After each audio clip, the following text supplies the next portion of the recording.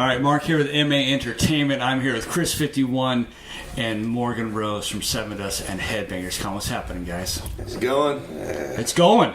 It's a what, Tuesday? Wednesday? I don't know what day it is. Who knows what day it is? It's Groundhog Day. It's Groundhog's Day. This is like the highlight of my month right now. Just talking to somebody unfamiliar for a second. But familiar, but not the same guys. Right. Not the same four guys you share a bus with. Yeah. Awesome, man. So we're at Roseland tonight. You guys have been out Probably for using the mic, huh? Sorry. Yeah, we're good. We got it, man. You guys can share. You guys, how long have you been out on the road right now? 3 weeks. 3 weeks. Got 3 left. 3, so 6-week run here. And how's it going so far? It's good. Good shows? Through. Yeah, shows have been great. Halfway through, though, it's like, yesterday I told Clint, I'm like, how long have we been out here? He's like, we're halfway. I'm like, oh man. Halfway, that's bad news. Oh, you got some big stuff coming up there. You've got Aftershock this weekend, huge festival. Yeah. Playing the Day of the Deftones. Yeah, good boys. Good boys, good show, good lineup that day too. 311 playing as well. Yeah. Crazy stuff going on. It's a great tour. This tour is great. You know, we've had a few cool festivals. You know, that's a great one. So, right. Yeah, it's gonna be fun. Crowds have been good. Crowds have been good. They love it. I mean, you guys have a history with Clutch though. Yeah, one of our early tours was with them and Limp Bizkit. Limp Bizkit. That's right. And no knocking the Limp, man. Dude, I'm down with the Limp Bizkit. Yeah, I love Limp. Yeah, I mean, and that was a huge break for us. You know, when they took us out there. I remember everybody wanted that tour, and you know, Fred picked us. So I mean, it was us, Clutch, Limp Bizkit, Ladies' Night in Cambodia. That's right. That's right. First 300 or 400 girls got in free, you know, for a bunch of, you know, redneck, you know, heavy music players like us. It was like, you know, nothing but dudes in the crowd, and all of a sudden they fixed that problem. So, well, that's what was cool. That was the first time I saw you guys. Actually, was at the Palace in Hollywood. Was that night there, and I had heard the band, knew of the band, and I was like, okay, it's okay. But when I saw the live show, I went, fuck, different fucking animal. Yeah. Different fucking animal. You guys brought it live. Yeah, we pride ourselves on that part of it. Well, I think not many of those bands in that era, you know, people had shows, but you guys definitely, the energy, the jumping, the instincts that you guys have on stage was fucking crazy, man. I was an instant fan. Thank you, man. That was the beginning of that mindset of, I mean, it started before that really, but before Limp Bizkit and Clutch, and you know, we went out with Megadeth as well on that record, and did Ozfest on that record. But before all that, it was like we weren't invited to that party yet, and we were playing with bands like the Nixons and Sponge and, you know, cool rock bands, you know, but there was no Slipknot back then. Right, and, right. So, you know, we wanted to get invited into that world, but we were just the heaviest of these kind of bands. You know, we were playing with them, and we would be stuck in the front of the stage, and we respected it. You know, we hadn't paid any dues yet. But I remember sitting there saying, you know, they've got money behind them, they've got lights, they've got, you know, full stage with all kinds of cool trinkets and things up here, and we've got this much room, but nothing's going to save them from the next 40 minutes. So our mentality was, you can do whatever you want, but you can't not have us put it on you for 40 minutes. Right. So that was where that came from. That, like, we felt underdog, like, right away. Well, I go back and think about those early tours and some of the, you know, the Coal Chamber tours and Snot and things like that were just fucking incredible packages. I grew up in Santa Barbara with the guys in Snot, with Mikey and Lynn and all those guys. They changed the game for us for sure. Absolutely. They did that to us. They were like, you can't not take the beating that we're going to put on you. Right. So we were like, oh boy, you know, if you didn't feel like doing it, you were going to do it anyway. There was no downs off for that tour. No way. We beat the shit out of each other. Awesome, man. Awesome. That's cool shit. So tell me about your connection with Chris 51 here. How did you guys meet? It's purely sexual. Yes. Without lube. Like I said, this is the highlight of my month. No, I mean, it was really weird because we have a mutual friend, and I guess that I went up to Philly first, and they were filming, and my buddy said, hey, I can get you up here, we're gonna do a little filming and you can be involved in this thing or whatever. I was like, yeah, it sounds great. It's a Walker Stalker event. I was going through some personal stuff at the time where I was like, I could use a little vacay out of here. And so I went there. I had a blast. It was like exactly what I needed. It was 3 days of meeting amazing people and, made lifelong friends with a few of them. But Chris being like this really weird thing where it was like, there was a ton of guys there, a ton of tattoo artists, ton of, you got Norman Reedus over here, and you've got, Jeffrey Dean Morgan. Yeah, Jeffrey Dean. All these guys are running around and we're all intermingling. But somehow or another, like, me and Chris started talking, and it just started to be like, okay, that's my dude. He was into our band. So that was, a quick conversation, icebreaker. That was easy. But next thing I know, it's like I'm tattooing on him. I'm writing on him. He's getting tattoos on him. Right. He doesn't have any other bands on him, but me, but our band. So Right I'm on, like, dude. okay, we just hit it off. It was like, and then they came through Atlanta, and it was awesome as well, but it wasn't as fun as Philly. Philly was just fun, we were just having a blast. And so we had a great time though both times, but that was how I met him. I really met him through a mutual friend of ours. Through Brett, right? Brett, yeah. Brett's cool. Brett's awesome. Yeah. Brett called me up, and because he knew we were filming, and we were trying to get some people we admired or some celebrities or something on the show, and he knew I was a huge Sevendust fan. He's like, I might be able to get Morgan, and he didn't know that I was a huge fanboy. I was more excited about meeting Morgan than any movie star or anything over there. I don't give a shit about that, And so I tried to keep my composure. I was cool, I was like, you're real cool. I was like, As you're shaking I inside. think I'm a clown, and he's right. It's like, yeah. So I but it's funny because once I met Morgan, like all that went away. Right. I was like, this dude's my brother. Like, Yeah. holy shit! Like this is my boy. Like we're a lot alike. We like all the same stuff. And Yeah. I'm like, we just knew right away that we were both like sincere, passionate about the same stuff, and we just like, hey, where have you been all my life? You're like, you are my brother, and it's yeah, and we hit it off like that, crazy. yeah. It was quick love Yeah. affair. Quick love affair. And then you get a phone call from Chris saying, hey, I've got this idea for a convention. Yeah. Then what? I told him I did not know I would have anything to do with it. I was just, he had an idea and he wanted to get my opinion on it. And, I just looked at it like any other business. I would figure it would grow small. It's hard to get, everyone to buy in on something that hasn't really been done. Right. And he's done an amazing job. He's the workhorse around here, and without question. And but the idea was there, and I just kept thinking about it. It was kind of a, not that it wasn't a serious idea, but it was semi matter of fact. Like, hey, I got this idea. What do you think about it? And I'm like, man, this is like Walker Stalker. He's the king of cons. I hadn't been to a lot of those things. So when I went, I was like, this is the coolest. Now I understand why people go crazy for this shit. Because I'm not even into the shit. And I had a great time, Right. So I was like, this is great. And I'm like, but you have that, then you match it with the band aspect, and then you kind of eliminate the gear strategy, which is like NAMM. Basically this is like NAMM, except for we're not bringing a bunch of people that really don't have the desire to be going through, every company's, fall catalog layout Right. of what type of gear they're going to put out there. It's like, no, I just want to hang out with the people.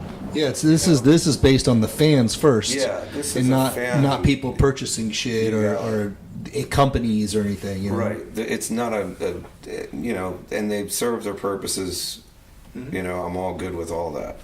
It's just that this is more of an appreciation thing. This is more like, yeah, it's like I've tried to figure out a way to really describe it. The best way I could do was say it's like Walker Stalker meets Nam. You know, it's similar meets Shiprocked. You know, it's like it's got all these aspects where it's like, you know, I don't think that we want it to be a VIP for the musicians or the celebrities. I don't think that was the idea. It was like, this is a commingling situation. Let's put everybody in this, you know, cage and let everybody meet each other. You know, like it doesn't need to be too like hands offish. You know, this is a kind of a give back. You know. So it kind of is like Shiprock, where everybody mingles together and hangs out. And... Yeah, I mean, we haven't done it yet, so I don't know who's going to be the cocksucker. But I mean, I'm pretty. But I mean, you know, the people that are involved with this thing, everybody that's, you know, that's signed to be on board with this, they're all cool people, you know, and it'll end up getting bigger, you know, and then it'll end up being a juggernaut. This thing's going to turn into something really, really big. And right now it's just big. Right now it's just building steam and people are talking, and, you know, it really doesn't matter. I think that it's only a matter of people being able to get there. You know, I think that you know, whenever you're doing something that isn't like the Walker Stalker thing, I mean, they pound sand with that thing. I mean, there's tons of stops, and, you know, we're starting this with one. Right. You know, Chris has already looked into, you know, we're going after multiple ones next year, and we're going into some cities that might be a little, you know, a little easier to access, you know, and we'll add you know, whether it be Orlando or something like that, where it's like, oh damn, we can go to the con, and oh, there's Disney World, and you know, so I mean, this is unbelievable where we're at right now. You know, because this started with him saying, hey man, I don't know, what do you think about this? I'm like, dude, that's like genius. Right.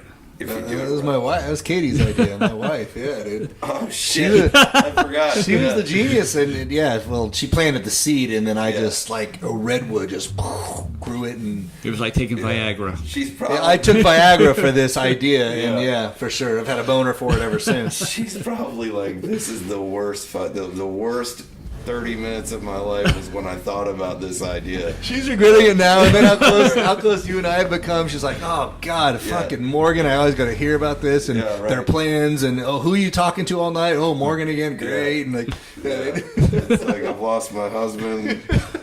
He's my second wife now. So. No time. You went wife, you're not the second husband or the first husband? I'm the fucking recipient of this relationship. Well, you know, as soon as, you know, Chris and I crossed lines on Instagram, you know, I hit him up, said, hey, whatever you need, we can help out with, whatever we can do. And it's a belief of the music. And when we started our new site after years of doing different things, it was about connecting the bands to the fans and the fans to the bands.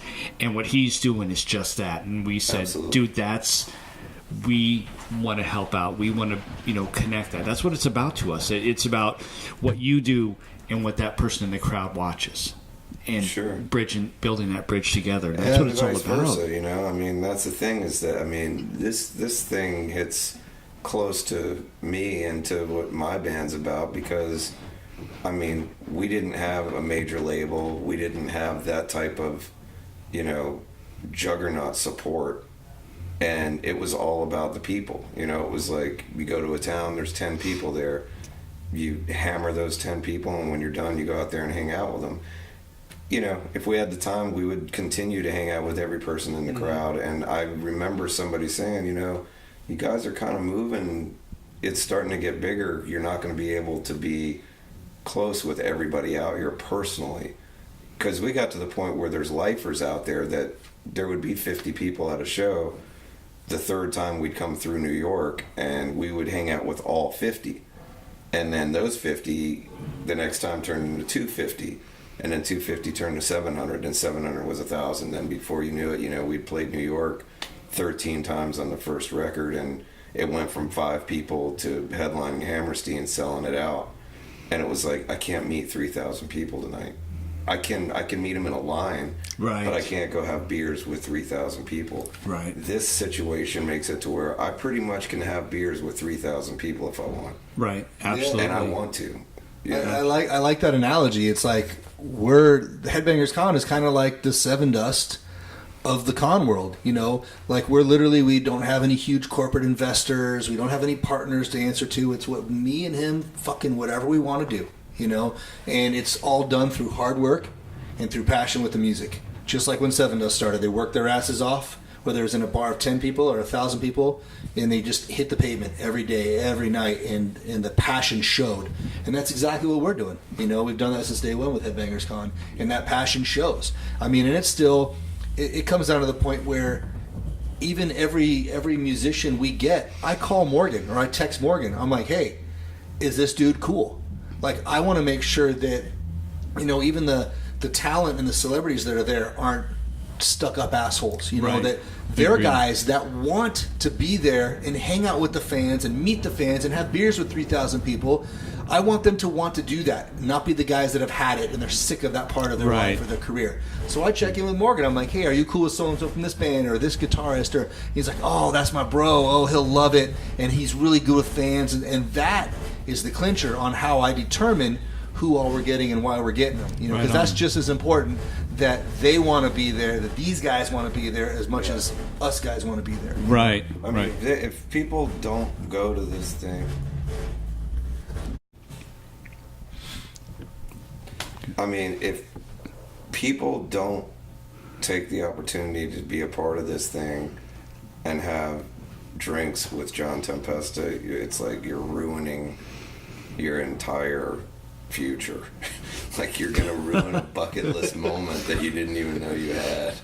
Well, it's like as Chris and you guys add members onto the show, and you start with All That Remains and Suicide Silence. You have some of the new blood in there, but then you go back, and to me, I went, holy crap! You got Ron Keel. This is the Right to Rock. That was a cool thing. I've talked to Ron before, and he's been really cool. And I was like, wow, dude, you went classic. Then you guys just had a Striper. Yeah. Come on.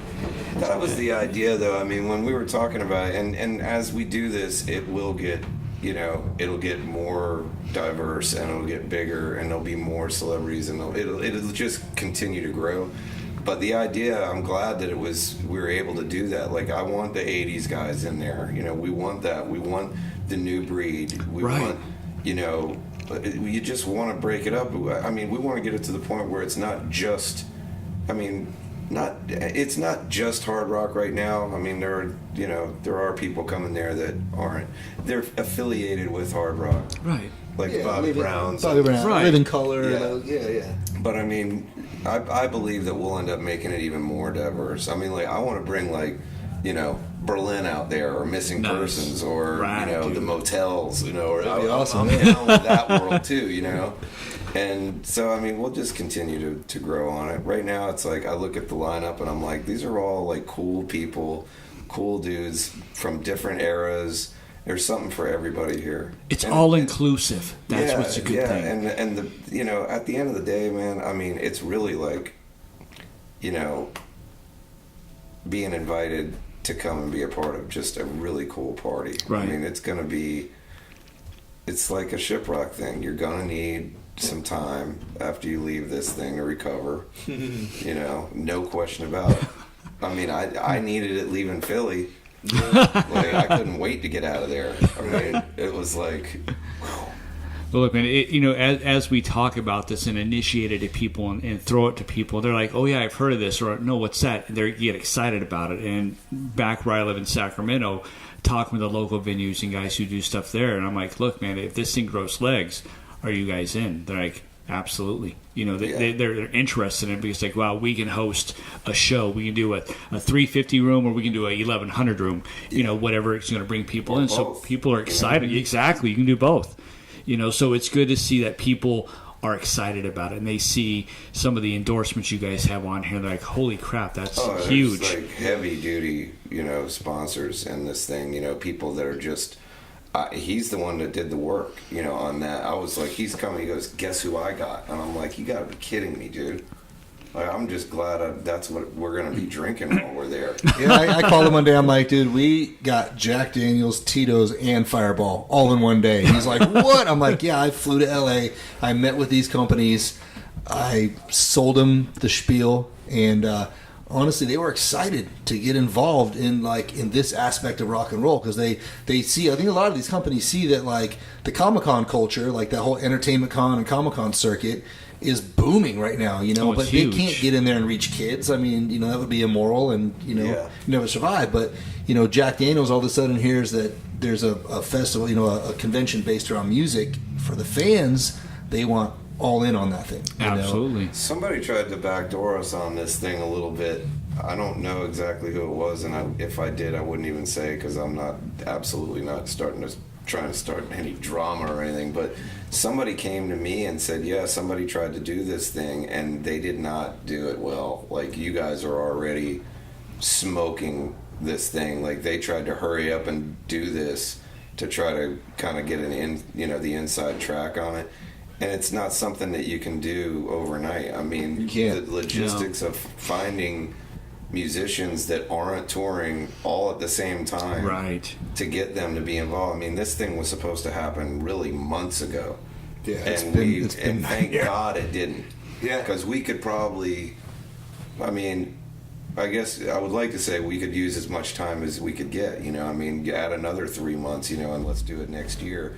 But Katie would divorce him. The sponsors would be like, wait a minute, you guys drank all our fucking alcohol, and then there is no such thing as this. Yeah. So, it has to happen. You could always, it's like, you have to pull the trigger at some point. So it's coming at a good time, probably prior to it being like death cold.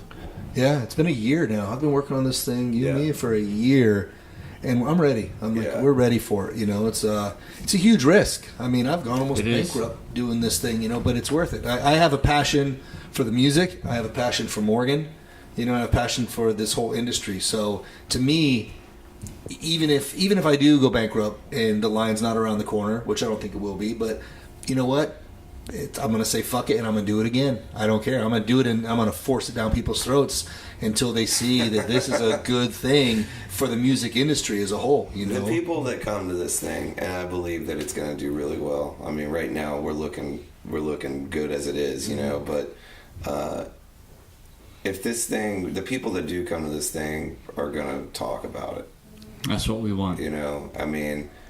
And they're going to regret the last 6 hours that they were there, but other than that, they're gonna be like, this was the best few days of that I've had in forever. I watched this type of thing happen with Shiprocked. This is way more accessible, even though Shiprocked is extremely accessible. There's no VIP cabins or anything, so you can see anybody walking around, and there's more music maybe being played live, but as far as the interaction, this will be the most I think that you'll get of anywhere, of any event. So I think that the people will enjoy that part of it. I think the hangovers are going to be really bad. That's the only thing I'm already like, what do we do for them for the hangovers? Like, we got to get a sponsor. You got to find a doctor who can give you those vitamin B12 shots before you go in. Yeah, we got True Pickles as a sponsor who makes a pickle Bloody Mary hangover next morning drink. Right, more alcohol. So we got that taken care of, bro. We're gonna fix you on your way to the airport, and then you won't be around us when you really regret what happened. Look, man, I love the idea. I love the concept. Personally, for myself and Anthony, my partner in our website here, we thank both you guys for allowing us to be involved with it. Absolutely, and being on board, because it's the like minds of people who love music and are passionate about it, who give it life. And when the industry, as you've seen in your 20 years around, it's diminished immensely, but you're giving new life to it with something like this. I think it's going to be something fantastic. I think it's, like I said, this is going to set the tone for what we're going to be doing over the next few years. We're hoping to get the next one out before, 12 months is gone. Mm-hmm. So, the minute this thing's done, we're going to be firing up the engine to do the next one. So, and I think that the word is going to spread so fast after this one that it's just going to, this is something that's really cool. I really believe in it. Well, I absolutely believe. I believe in Chris's vision for it and yours, and thank you guys both for having the conversation today with us. We so appreciate it, man. All right, guys, man. Thanks, man. Thanks, dude. Stay metal.